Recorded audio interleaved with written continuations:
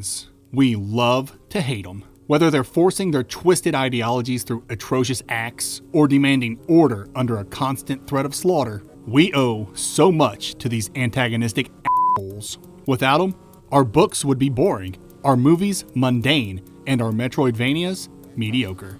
But not just any villain can be a great villain. Excellent villainy requires complex motivations, goals, charisma, power. Great villains are formidable, they create meaningful tension, and they force our heroes to face their own weaknesses and grow. That's why, today, I'm paying tribute to the Metroidvania bad guys I love to beat down the most. Hey, I'm the Metroidvania Guru, and this is the top 10 Metroidvania villains.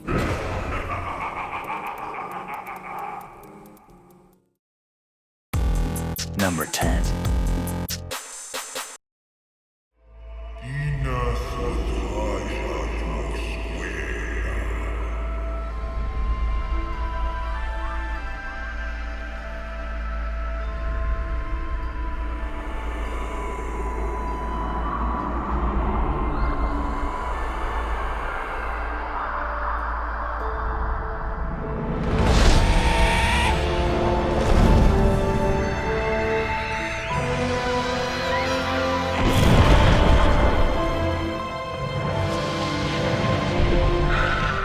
Kuro from Ori is an imposing figure sure to send a shiver down anyone's spine.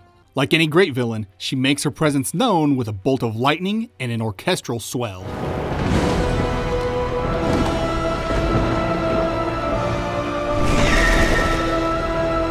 With zero remorse, she pushes Ori off a cliff. And why wouldn't she? She's a murderous beast who's slain legions of Ori's kin because...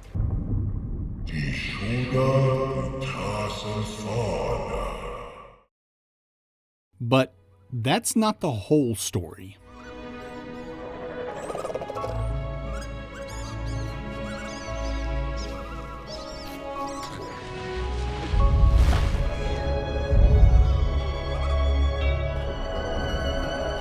When the spirit tree reached out to its lost child, its light accidentally fried Kuro's hatchlings. Furious, the vengeful mother retaliated, inadvertently dooming the forest and launching the events of the game. It's a tragic story, but it has a good ending. Not a happy one, but a good one.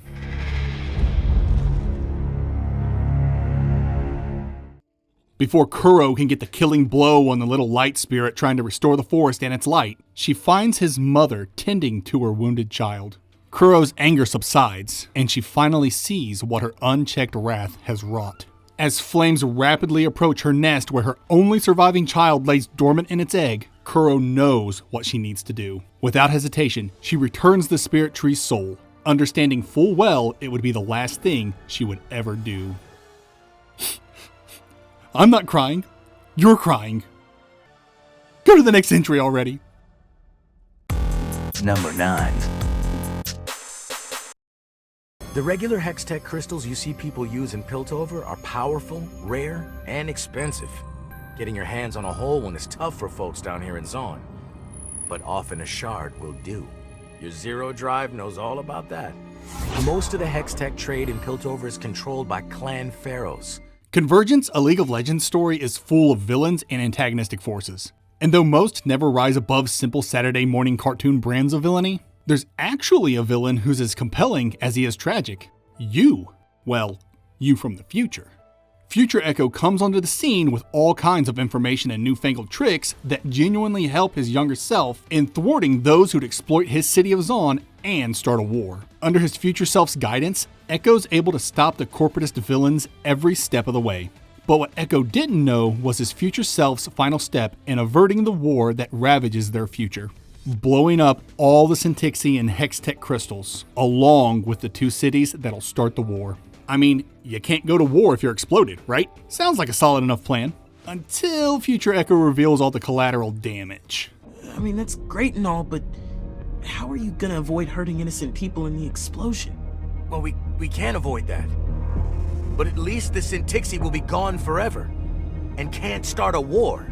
Echo tries to reason with his future self, but Future Echo's already tried every other option and timeline and failed. The two have a heated battle, and their clashing zero drives create a fissure that threatens large-scale destruction. To divert temporal catastrophe, Future Echo sacrifices himself and takes the dangerous Syntexy with him. You just gotta love a good redemption story. Still super messed up he was cool with killing so many innocent people though. Wow. What a dick. Number 8.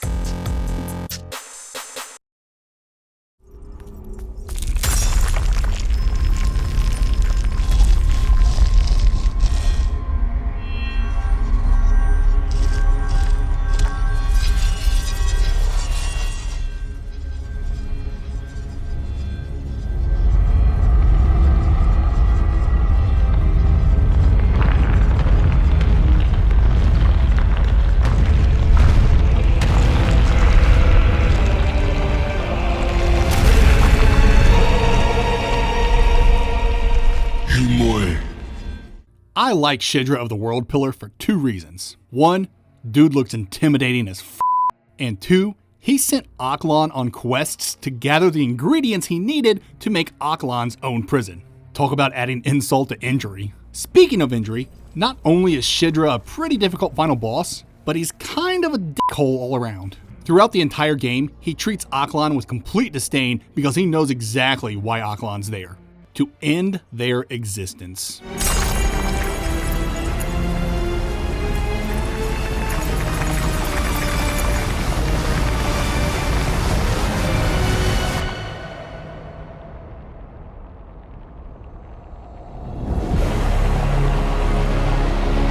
As you can probably gather, Shidra's not too keen on the idea of not living, even if existing is hurting everyone around him with the old pain.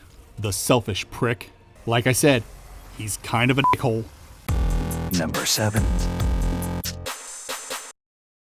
Imagine fighting an enemy you can't see, hear, or touch. An enemy who can destroy minds and entire civilizations by wriggling into your thoughts and infecting you from within.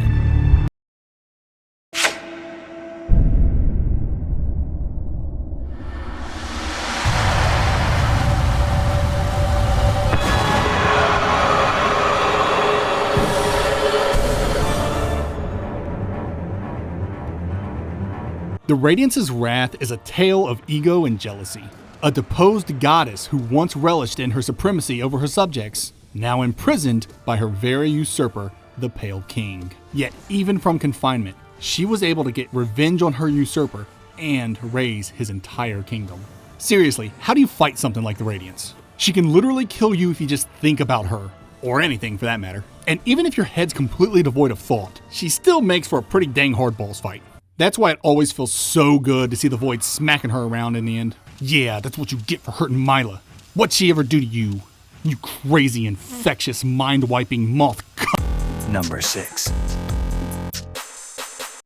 Ever imagined playing a game where it's like, what if Indiana Jones, but everything hates you and wants you to die, and the puzzles are unfair and obtuse? If that's the case, I don't know what's wrong with you, but I have some good news. La-Mulana exists, and it's even more unfair and hateful than you could ever imagine. It's so unfair and hateful that its developers actually released a video to help new players get started, where they basically tell you you're screwed because even the ruins want to kill you. Why would the ruins have it out for you? Because it turns out the ruins are actually the body of the game's villain, the Mother.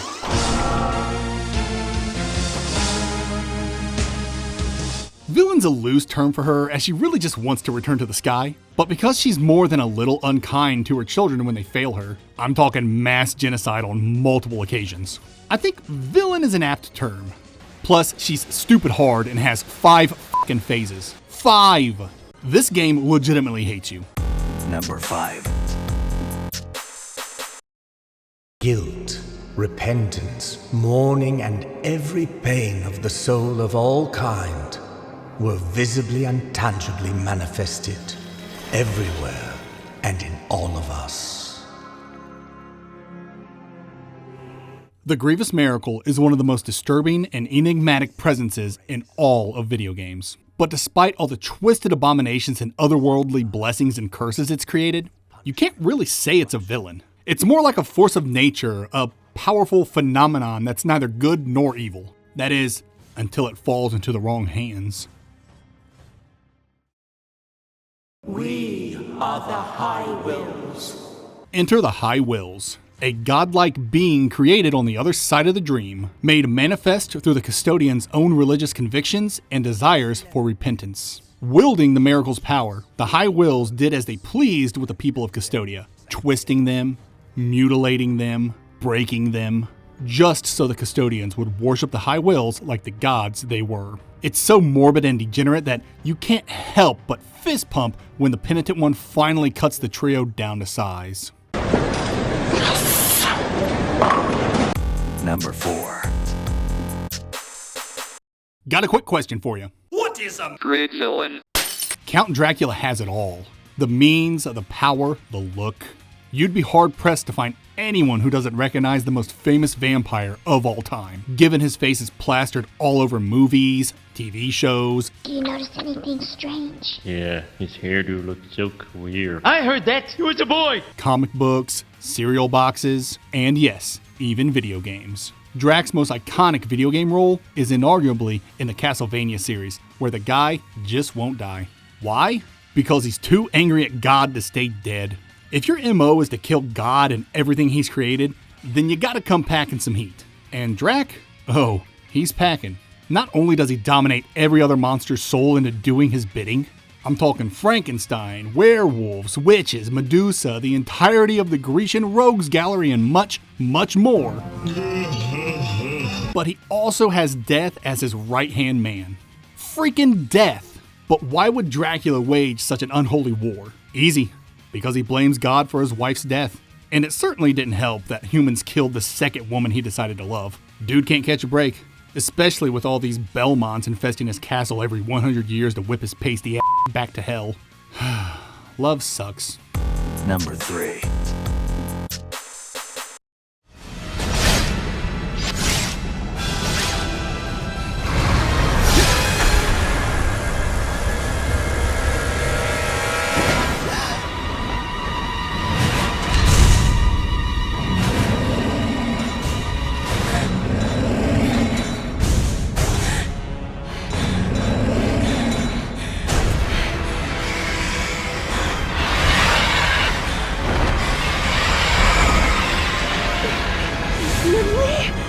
Ridley's kind of a son of a bitch.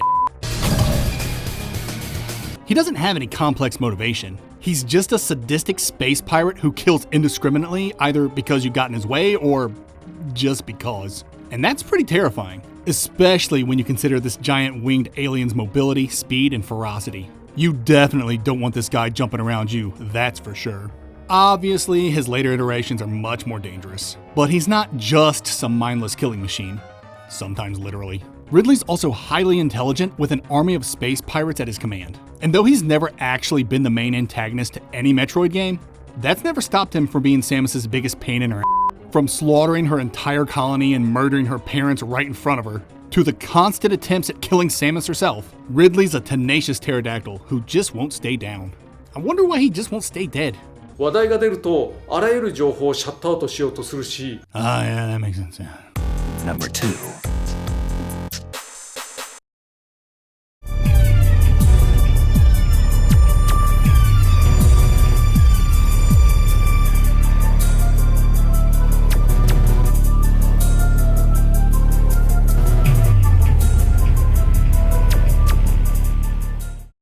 This is a weird entry because I actually have no idea who the villain is in Axiom Verge, Athetos or the Rusalki, because Axiom Verge takes the mushroom approach to storytelling. Keep players in the dark and feed them shit. Athetos doesn't deny he released a pathogen to wipe out the entire planet's population for the sake of scientific advancement, but he refuses to tell Trace everything because he claims if Trace knows too much, the Rusalki will kill him, which isn't far-fetched considering all else Nova cares about is making sure Athetos is either vaporized or 6 feet under. And she's already killed Trace to prove that point. Both Athetos and the Rusalki seem to have agendas and ulterior motives they refuse to share with Trace. And quite frankly, I don't trust any of them. When a conflict between two groups causes a worldwide genocide, I think it's plain to see both parties are pretty shitty. Number 1.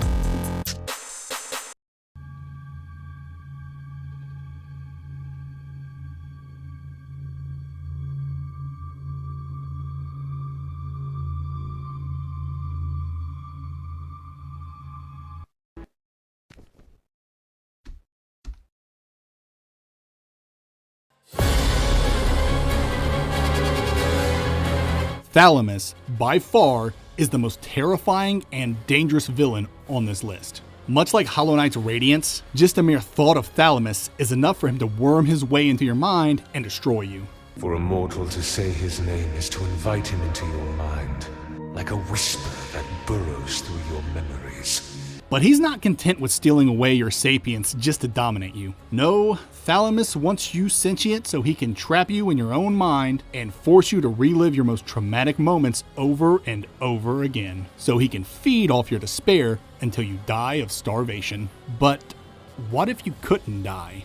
What if you were immortal and Thalamus could feed off your despair forever? This is what the promise of immortality grants you in the world of Death's Gambit Afterlife. Not godlike powers and never-ending life, but a spot in a stable where Thalamus can milk you for all of eternity while you suffer in your own personal hell. It's pretty dark stuff, and you can see why he and Death are at war. What with Death not taking too kindly to some eldritch god meddling with his divine order. But Thalamus doesn't go down easily. For one, he's a literal god, so there's that. Dance all you like, my puppet. And two, Thalamus really likes to with everyone to drive them insane. He taunts Soren with his own dead mother. He attacks players, yes, players, by calling them out and threatening to kill them. Was it not for the Observer? You there, Observer. That's your name, right? Or is that your computer's name? What? You didn't expect me to notice you. And he even insults speedrunners for not playing Death's Gambit Afterlife properly. Speedrunners, you all disgust me, f***ing nerds. But most importantly of all, Thalamus is legit hard to beat.